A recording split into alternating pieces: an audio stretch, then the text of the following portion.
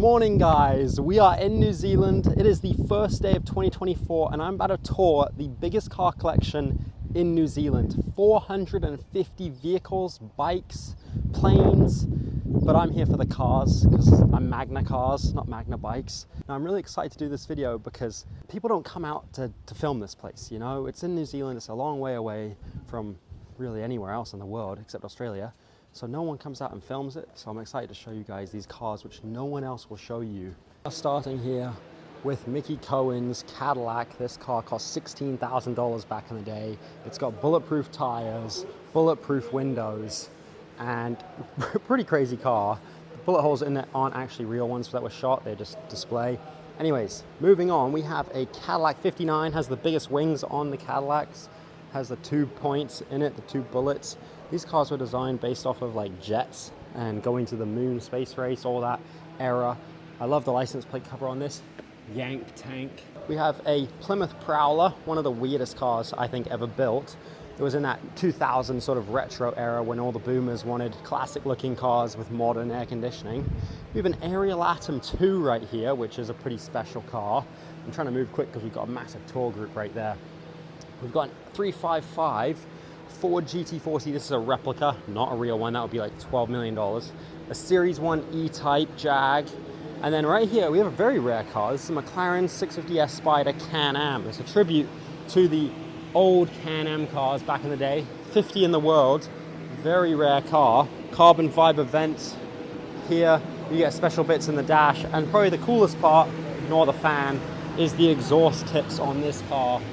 As you can see, the normal McLaren sort of has a rectangle with a DeLorean right here. Classic, they all came in stainless steel.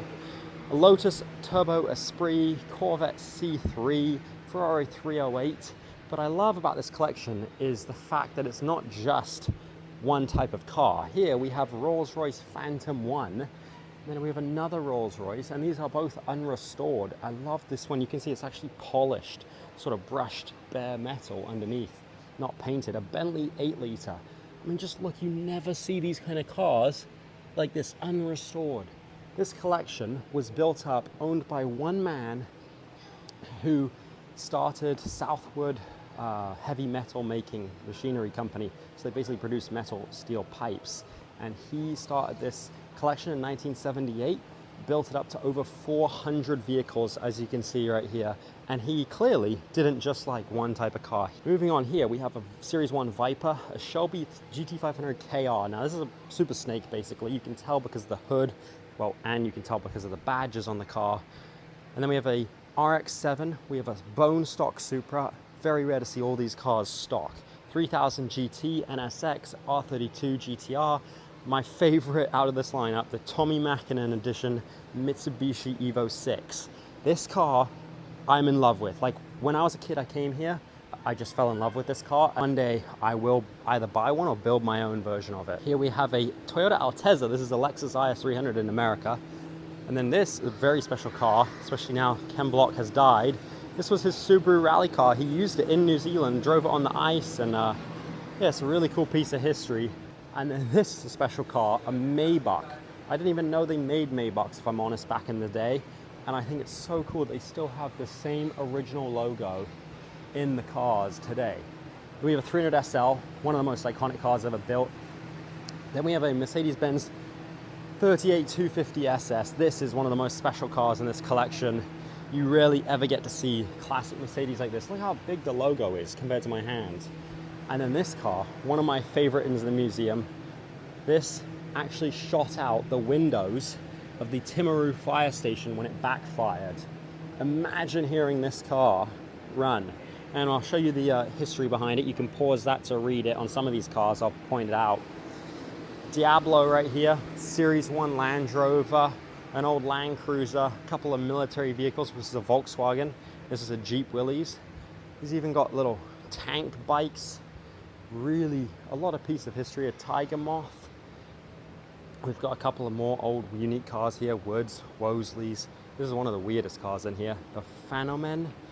I have no idea what this is. It doesn't even have a steering wheel. It has a little stick where you control the vehicle.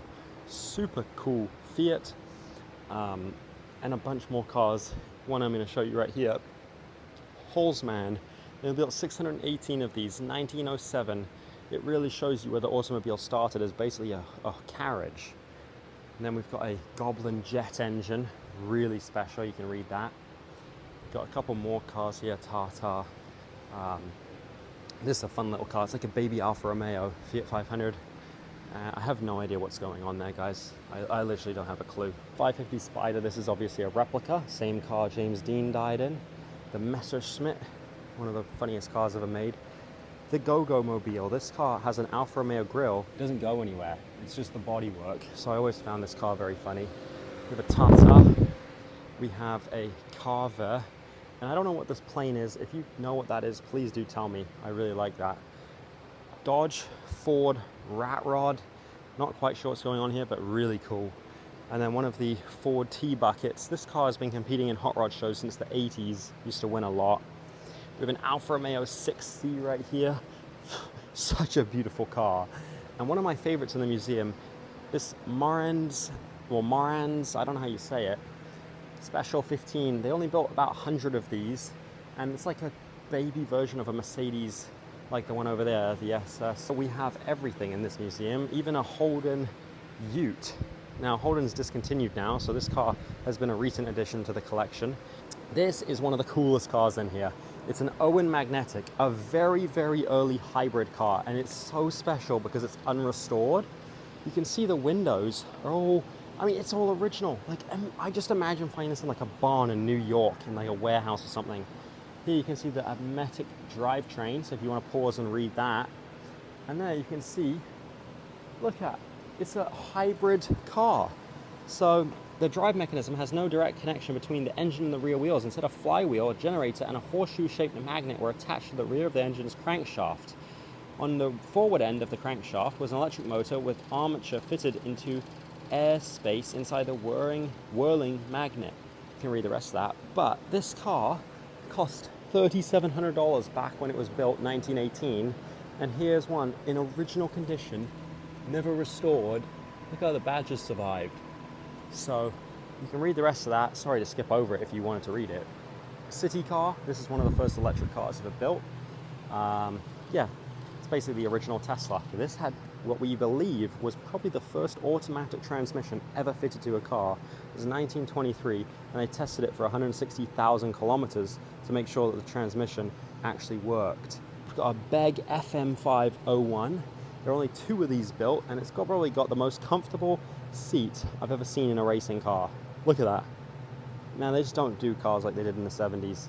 And then we've got a McLaren M8B replica. Now, if you didn't know, Bruce McLaren actually is a Kiwi. He was born in New Zealand, and he raced this car. This is a replica of his car, an Austin 7. So he went from racing that to building cars like this in England.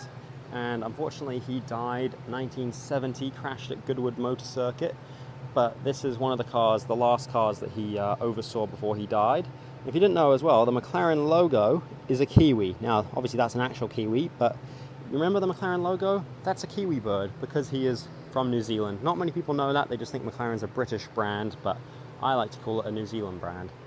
Here we have a Brabham BT2 Formula prototype, a Cooper, MG R-Type, and one of the most special cars in here, Maserati 250F. This is incredibly special, as well as a Maserati 8 CLT. There were only 2 of these built in the world. For Stutz, this is really significant in Indianapolis motor history. I raced around the circuit back in the day. If you want to read about it, I'll pause it so you can read. My favorite car in the entire museum, as we're only about halfway through the museum, is this Ferrari 750 Monza. So this car is what the new Monzas are inspired by today. You've got the Monza SP1, the Monza SP2, and this car has the 1 seat, so this would be the equivalent of a Monza SP1. However, these cars actually raced, unlike the new Monzas, which are not even street legal in America. They're just show cars. There's just nothing like a classic Ferrari. And this car was crashed, it was flipped over multiple times and rebuilt, rebodied. So if you want to buy a classic Ferrari, unfortunately, there's no such thing as a clean title, never crashed. All these cars have crazy stories, incredible history. Right here, we have a Holden police car from Australia. A really cool car right here. This is a Tatra, and then we have a Rolls Royce. So these Rolls Royce and Bugatti right here, this is what the car comes like when you order it back in the day. You pick whoever you want to build your body, and they put it on the car, and that's how you end up with the ones over there. Now Rolls Royce did make some cars themselves from factory. And then right here we have a Bugatti Type 57. This car is probably worth about like $4 million. So really, really rare. And then the first car that was ever in New Zealand, this Mercedes-Benz Velo, the owner bought it in Paris in 1900, and then he brought it back to New Zealand after he did 1,000 miles in this thing. As you can see, it has no steering wheel. And there's the old Benz motor wagon logo, Mercedes-Benz Club of New Zealand. We have an MGPA midget and an original Vauxhall 3098 OE Tourer. And then right here, we have a Mitchell Little Six Tourer. But I want to show you this car over here. This thing is steam powered. So you can put water in it and it can go about 100 miles on a single fill up, I guess. And if I come down here, we can actually look at the underneath of the car. And I'll just let you look. I honestly don't know how it works. I don't understand mechanics, to be honest, very much. I like the people aspect of cars. I like interviewing people. I love how cars connect communities, and that's my part. But for those of you that do love engineering, that's a pretty cool piece of engineering. This Redhead speedboat was actually built by Len Southwards, who raced it back in the 50s, and he was the first man in Australasia to go over 100 miles an hour. So this is a V12, and it's really cool because he used to actually take it out on the streets, or not on the streets, on the waters, my bad. And one of the first electric cars ever built, right here, Jay Leno has one of these. And that's the only other person I know that owns one. You can see the massive battery in the front. Quite similar to a Tesla, actually, nowadays. Back to this Maserati where we couldn't look at it earlier. This car was driven by Gian Manuel Fangio and won its debut race at the Argentinian Grand Prix. I mean, this car is a huge piece of history. They only built 26. Yeah, really, really cool. You can read these pieces of histories.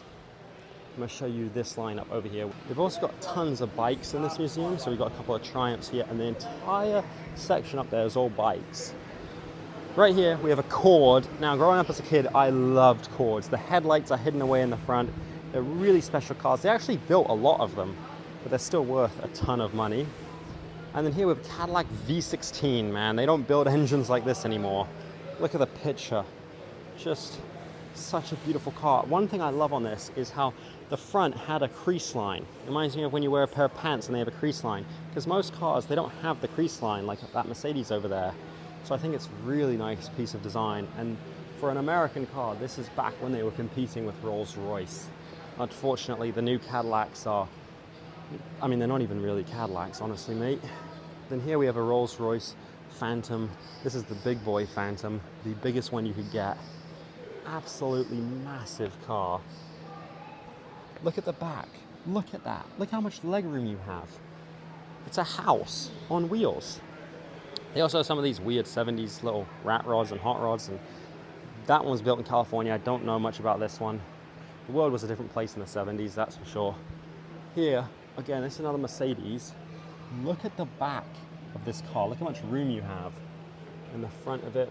Not quite as luxurious as this car, because this was built about 30 years later almost, or 20.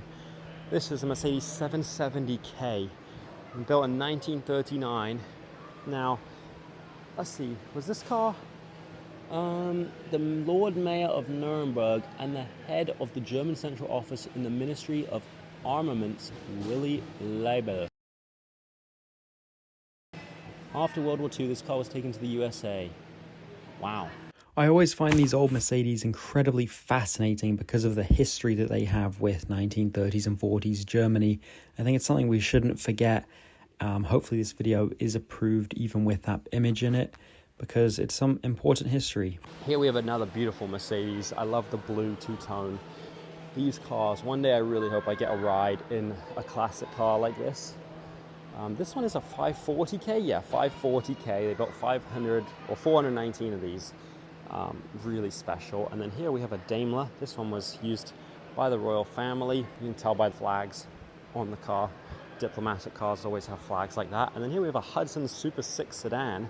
They don't know how many of these were built, but they're quite rare cars. Really cool. I love how the leather is matching the wheels, and then you can see the tire print. I don't know if that's meant to be on there or how that happened. Packard 120 sedan. Got some kids running around here. Really cool. Unrestored car again. It's just amazing because most of these cars that are in America or other countries have now been restored. So to see these ones hidden in New Zealand for the last 50 years, not restored, is really rare. FN Roadster, a mod sleigh. The first car that the owner of this museum, Len, ever bought was a Ford Model T. So that's really, really special. They've also got the 20 millionth Ford Model A sedan. Yes, this is the car. And then here we have the car I was gonna say, the copper car. So this took over 1,000 hours to complete. And I always found it such a weird car. It has a snake in the front like that. But here you can read about the history of it. Extremely weird car, unveiled in Auckland. It's just remarkable, like the craftsmanship of this thing. Stunning. I always found this car so fascinating when I came here as a kid. We have a Marion Tourer, we have a Chrysler Imperial, and along this whole way he's got displays and shops where kids can come in and look and they can play with the things over there. He's also got his collection of die-cast cars over the years. I mean, he bought the cars that he actually owned. Well, he didn't own that, but the gull wings and the bikes. Some of these are so cool. Trucks, semis, everything. Chrysler Imperial. They built like 100,000 of these, but where have they all gone? Rotten away? I don't know. A LaSalle 340 Coupe. Love the old color schemes on these cars. I'm not sure if that's original. And this one, really cool. Barn Find Stutz Coupe. It's so cool to see one in a barn find condition. I don't think this car's ever going to be restored, which I personally like. I mean, maybe it will be. Who knows? If they ever sell this collection at auction or I'm Sotheby's, it'll probably get restored. Here we have another Chrysler 70 Roadster. Reminds me of Gatsby. And then we've got a Lincoln Zephyr. This is a rare car. V12 in it. You can read about the history of it. But 15,000 was sold, accounting for about 80% of Lincoln sales. They have the suicide doors. I mean, imagine if Lincoln built cars like this today. This one's one of the most interesting ones, the Airflow sedan. The grille goes up to about here and it stops, but they kept the design going because back in the day, design was almost more important than function. We've got a couple more Nash sedan. These two Buicks are really nice, including this Buick Fastback Coupe, which is a pretty rare car. My grandpa loved these, but don't think he ever owned one. He died when I was probably like 7, so I don't really get to know him if he owned those cars. Got a very weird car here. This is the Bond Bug. You guys probably know what that is. A Tippin and a BMW Isetta. Front door opens this way, so depending on where you park it, you couldn't even get out your own car. It's got no side doors. Another weird car, the Davis.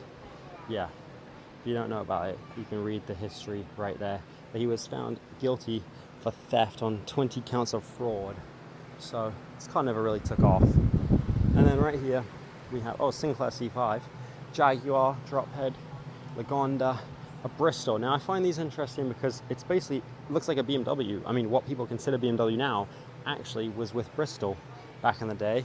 An Alvis. Now I'm gonna go upstairs and check out the bikes. I'm gonna show you them quickly because I'm not a huge bike guy, but some of you guys watching probably are. So we've got an entire collection starting in the beginning with a 1900 Werner, a new Hudson. In these bikes, for some of you guys, are probably incredibly special. Douglas, a Scott. These are all British bikes, every single one of them. Triumph, new era car, Royal Enfield. Now I know my car values, but I have no idea if I'm looking at a $1,000 bike or a $1 million bike here. So, really, really cool. BSA, Vincent Black Shadow. Yeah, I'm just gonna let you guys look at these. Nortons, Sunbeam Scott. Look at the museum. If you ever get the chance, definitely come and visit this place in New Zealand. It's sort of near the bottom of the North Island by Wellington. NSU, AJS, AJs, I don't know if it's AJS or AJs. An old popcorn wagon.